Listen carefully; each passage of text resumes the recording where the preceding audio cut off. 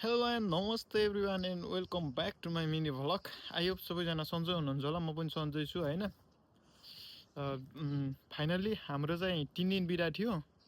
So त्यही बिदाको मौका पारेर आज म धेरै समय पछाडि नयाँ भिडियो लिएर आउँदैछु होइन। र आज चाहिँ म दाइजो जान्छु होइन, त्यहाँ दाइजोबाट थोरै सामानहरू पनि ल्याउने छ होइन। प्लस चाहिँ म यहाँ कोरियाको चाहिँ बस चढ्ने सिस्टम कसरी सबै सिकाउँछु होइन। र अहिले म रुमबाट निस्किसकेको छु। यो चाहिँ हाम्रो पछाडिको चाहिँ हामी बस्ने रुम हो। र यहाँबाट थोरै अगाडि हिँडेर जानुपर्ने हुन्छ बसमा चढ्नको लागि। र कस्तो भने यहाँको मौसम चाहिँ एकदम राम्रो छ क्या। आज घाम पनि लागिरहेछ, प्लस पुरै हावा चलिरहेको। र पहिला चाहिँ यो पछाडिको जङ्गल छ नि, यसमा चाहिँ पुरै पातहरू झरेर बिरुवाबाट रुखबाट पुरै पातहरू झरेर त्यो उस मात्र थियो कि यस्तो ऊ मात्र थियो। अनि अहिले चाहिँ पुरै पात पलाएर हरियो भएको छ क्या। बर्खा लाग्यो सायद त्यही भएर पनि होला होइन। फाइनल्ली कोरिया आएको पनि 1 वर्ष पुरै पुगेर पनि उता भइसकेछ होइन। म चाहिँ यहाँ त्यति घुमघाम गर्न पनि त्यति पाएको छैन कि। अब साउले कस्तो गर्छ भने अब शनिबार आइतबार पनि कहिलेकाहीँ चाहिँ छुट्टीको बेला पनि काम दिन्छ कि। अचानक यति बेला काम छ है भन्दैन। अनि त्यो शनिबार आइतबार आउन लाग्यो भने चाहिँ ठ्याक्क शुक्रबारतिर भन्छ कि बल्ल। अनि त्यही भएर चाहिँ यताउता घुम्न जान पाएको थिएन। सो आज चाहिँ थोरै घुमघाम गरौँ भनेर चाहिँ हिँडेको होइन। मलाई फेरि कस्तो भने टक्क एक्लै सुनसान वातावरणमा होइन, एक्लै आनन्दले कि आफूलाई कस्तो कुरा गर्न मन लाग्छ होइन, आफूलाई के गर्न मन लाग्छ त्यो कुरा चाहिँ आनन्दले एकदम फ्रिडमसँग गर्न मन लाग्छ कि। कसैलाई आफूले डिस्टर्ब पनि नगर्ने, अरूले आफूलाई डिस्टर्ब पनि नगरोस् कि, चिल पारामा होइन। र के भने आफूले होइन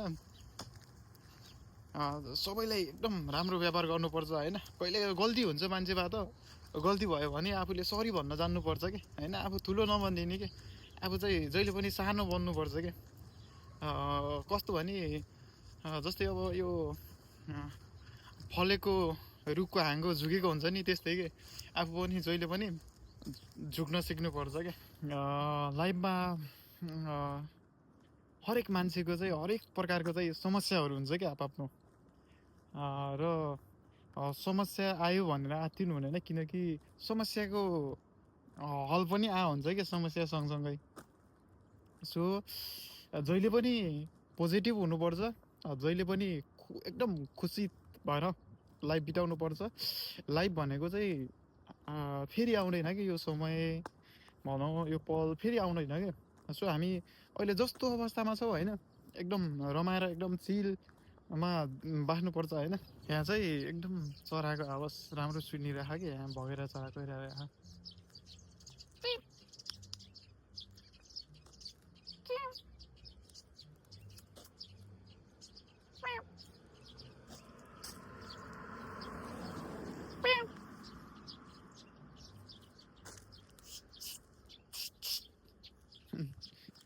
एकदम मजा लाग्छ क्या मलाई यो चराहरू कराएको आवाज सुन्दाखेरि चाहिँ।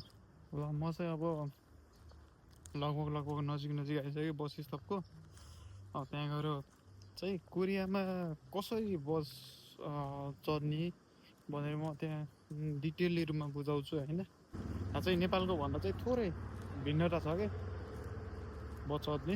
हाम्रोमा चाहिँ अब जहाँ पाइती रोक्छौ अनि पैसा चल्छ। यहाँ चाहिँ पैसा त चल्छ कि, तर रोक्न चाहिँ बाटो जहाँ पाइती रोक्दैन क्या। यहाँ चाहिँ जस्ट स्टेसनमा मात्र रोक्छ। कस्तो भने यो चाहिँ बस नम्बर भयो है, यो चाहिँ बस नम्बर। अनि यो बस चाहिँ कुन ठाउँ जान्छ अथवा यो बस चढेर हामी कुन ठाउँ जान सकिन्छ भनेर चाहिँ यहाँ दिइरहेछ कि यो। अनि यो ठाउँसम्म चाहिँ हामी यो बस चढेर जान सक्छौँ।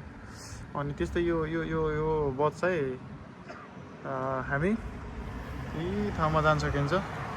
र अर्को कुरा चाहिँ के भने बस कति बेला आउँछ भने हेर्नको लागि चाहिँ हामीले यो माथि हेर्नुपर्ने हुन्छ। अब म चाहिँ जाने चाहिँ 87 नम्बरको 7 मिनट लाग्छ अझ बस आउनको लागि। म जाने बस चाहिँ त्यहाँ आउँदैछ होइन, आयो होइन। म त्यही बस चढेर जाने हो कि।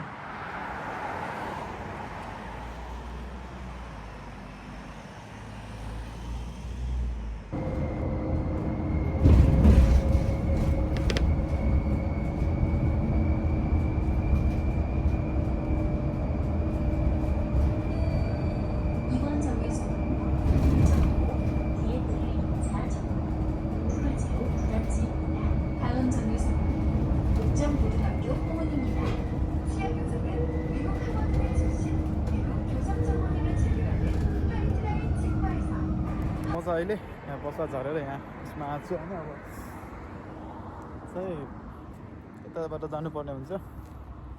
यहाँको भ्यू चाहिँ एकदम राम्रो छ क्या बवाल छ होइन। फुल रोपिरहेको रहेछ कि बाटोको साइड साइडमा। कोरियामा चाहिँ कस्तो भने बसमा चढ्दाखेरि होस् या हामीले चाहिँ घरको फोहोर हुन्छ नि, घरमा निस्केको फोहोरहरू पनि छुताएर फाल्नुपर्ने हुन्छ कि। जस्तो पाइ त्यस्तै फाल्न हुँदैन। यहाँ चाहिँ कस्तो भने खानाको फोहोर छुट्टै, अनि भनौँ प्लास्टिक छुट्टै, त्यसपछि चाहिँ हामीले फेरि प्रयोग गर्न सकिने बोतलहरू चाहिँ छुट्टै फाल्नुपर्छ।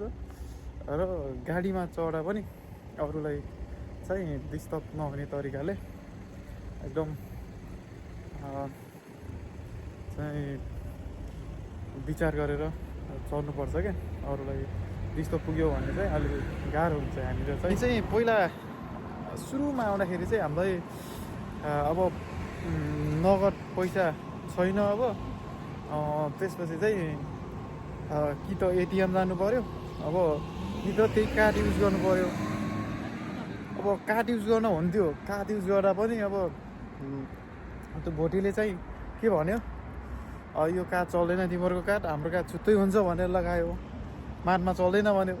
त्यसपछि चाहिँ अब जानु पऱ्यो एटिएम जाँदा पनि अब कहाँ छ एटिएम भन्ने थाहा छैन। त्यसपछि चाहिँ साथी र म अब जान्छौँ। अब त्यही नजिकै वरिपरि सहरमा त्यहाँ खोज्छौँ कि होइन एटिएम। अब पहिला थाहा नभएर क्या। त्यसपछि पछि चाहिँ मैले चाहिँ के भने, अब म फेरि थोरै कोरियन भाषा पनि हल्का हल्का आवश्यक पर्ने जति आउँछ क्या। सो मैले भने ल साथी एकचोटि सोधिहेरौँ न त्यहाँ माथमा गएर भनेर भन्यो। अनि साथीले चाहिँ के भन्यो होइन, यहाँ त चल्दैन अरे भन्यो।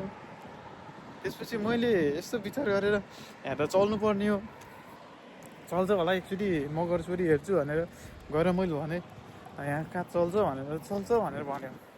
त्यसपछि चाहिँ बल्ल हामीले चाहिँ सामानहरू किन्न लाग्यो। अनि एटिएम पनि खोजियो।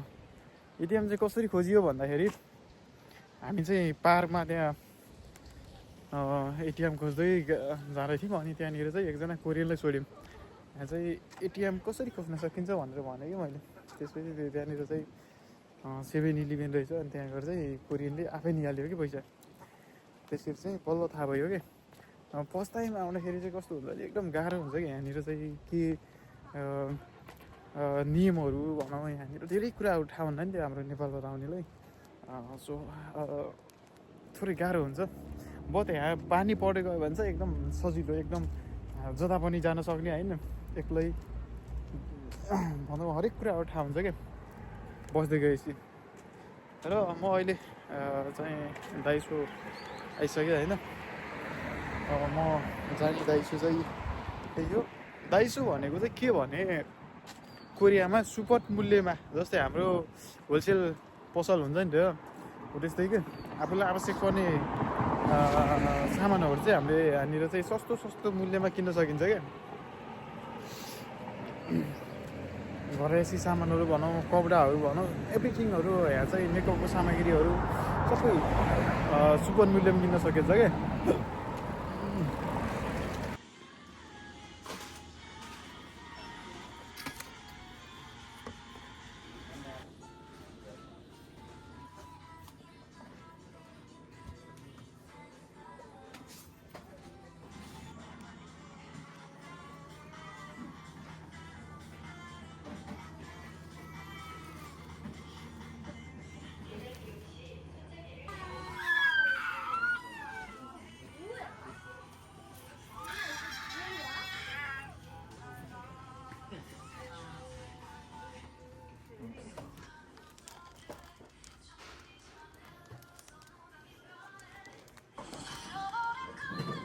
म चाहिँ दाइ सो गएर आइसकेँ अब अगाडिको एकछिन त्यहाँ थोरै घुमेर अनि रुममा जानुपर्ने हुन्छ फेरि एकछिन रुममा गएर आराम गर्नुपर्ने हुन्छ अब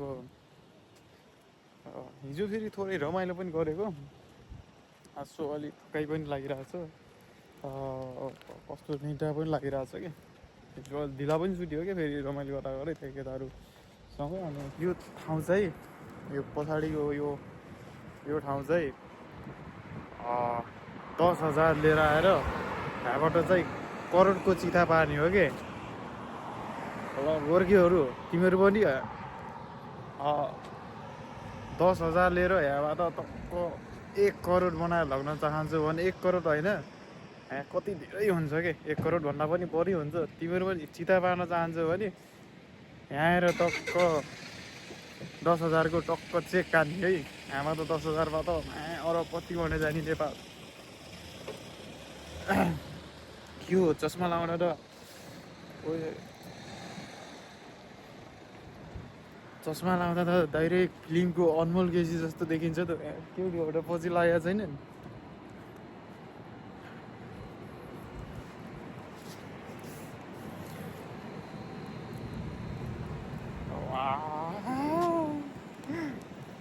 के हो लास्टै ह्यान्डसम पो भएको फेरि मलाई त्यो कसले कस्तो सोच्छ कसले के भन्छ त्यो कुराले फरक पार्दैन कि म भनेको आफ्नो बाटो आफै सङ्घर्ष गरेर हिँड्ने मान्छे हो कसले के भन्छ त्यो कुराले मलाई चित्त पनि दुख्दैन र केही पनि हुँदैन कि मलाई आइएम जस्ट चिल म यति कुरा गर्छु कि म सबैलाई रेस्पेक्ट गर्छु उसले मलाई रेस्पेक्ट गरोस् नगरोस् नो टेन्सन जस्ट चिल मलाई कस्तो भने होइन सुरु भएर पनि होला होइन अब यो मोबाइल अगाडि क्यामेरा अगाडि बस्यो भने चाहिँ के बोल्ने भने कि अब शब्दहरू चाहिँ त्यति नआउने प्लस मान्छेहरू यो भिडमा गयो भने चाहिँ एकदम भनौँ लाज लाग्ने कि अब त्यहाँको मान्छे अब नचिनेको मान्छे छेउमा गएर यसो केही बोलाम भने पनि अलि मान्छेले के भन्ने हुन् कि भन्ने त्यो टाइपको फिल हुने कि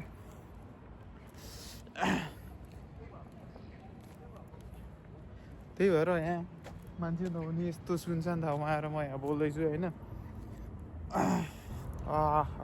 यो चाहिँ कोरियाको ठानबुङ हो कि यसले चाहिँ रङ भेट्छ होइन यो चाहिँ कोरियाको यो चाहिँ क्यानाडाको झन्डामा छ कि यसलाई भन्छ म्यापल लिफ भन्छ क्या यो चाहिँ अहिले पछाडि गर्मी टाइममा चाहिँ एकदम बवाल हेर्न पाइन्छ कि फेरि सोमबारदेखि शुक्रबारसम्म फेरि कुल्ली भए पनि फेरि शनिबार र आइतबार चाहिँ फेरि महाराजा भएर बिताउनु पर्ने क्या फेरि यो गोर्खेको मैले चाहिँ अब खानुको लागि पान किनेर ल्याइसकेँ होइन पानकोले राम्रोसँग सुने भोतै फेरि यहाँ टुक्ली सोमबारदेखि शुक्रबारसम्म काम गर्दाखेरि शिवाल भन्छस् कुल्ली भन्छस् शनिबार आइतबार मेरो त्यसैले श्याम साजक बुझिस् भोतै म चाहिँ अब रुम्बी जान लाग्यो होइन टाइम पनि अलि निकै भइसक्यो होइन 6:30 बाटनी माथि पुगिसक्यो सो कस्तो हुन्छ भने अब नेपाल हुँदाखेरि चाहिँ अब उकालो ओह्रालो हिँडिराखेको मान्छे यहाँ चाहिँ अब सोमबारदेखि शुक्रबारसम्म चाहिँ लगातार काम हाल्नु मेसिन जसरी र आइतबार र शनिबार चाहिँ अब छुट्टी भयो भने भयो, भएन भने काम गर्नुपर्छ होइन। र यदि छुट्टी भइहाल्यो भने चाहिँ कस्तो भने अब मोबाइल हेऱ्यो, त्यसपछि चाहिँ सुत्यो, अब खान मन छ खायो, कतै बाहिर जानु मन छ भने गयो, त्यही हो क्या अब दिनचर्या। अब यसो हिँडुल गर्नु छैन। म चाहिँ होइन अघि यहाँ अगाडि झर्नुपर्ने थियो, अनि बसले चाहिँ सिधै पर लगिदियो क्या यहाँ स्टेसन नभएर। सो म अब त्यहाँ अगाडि गएर फेरि बस कुर्नुपर्ने हुन्छ।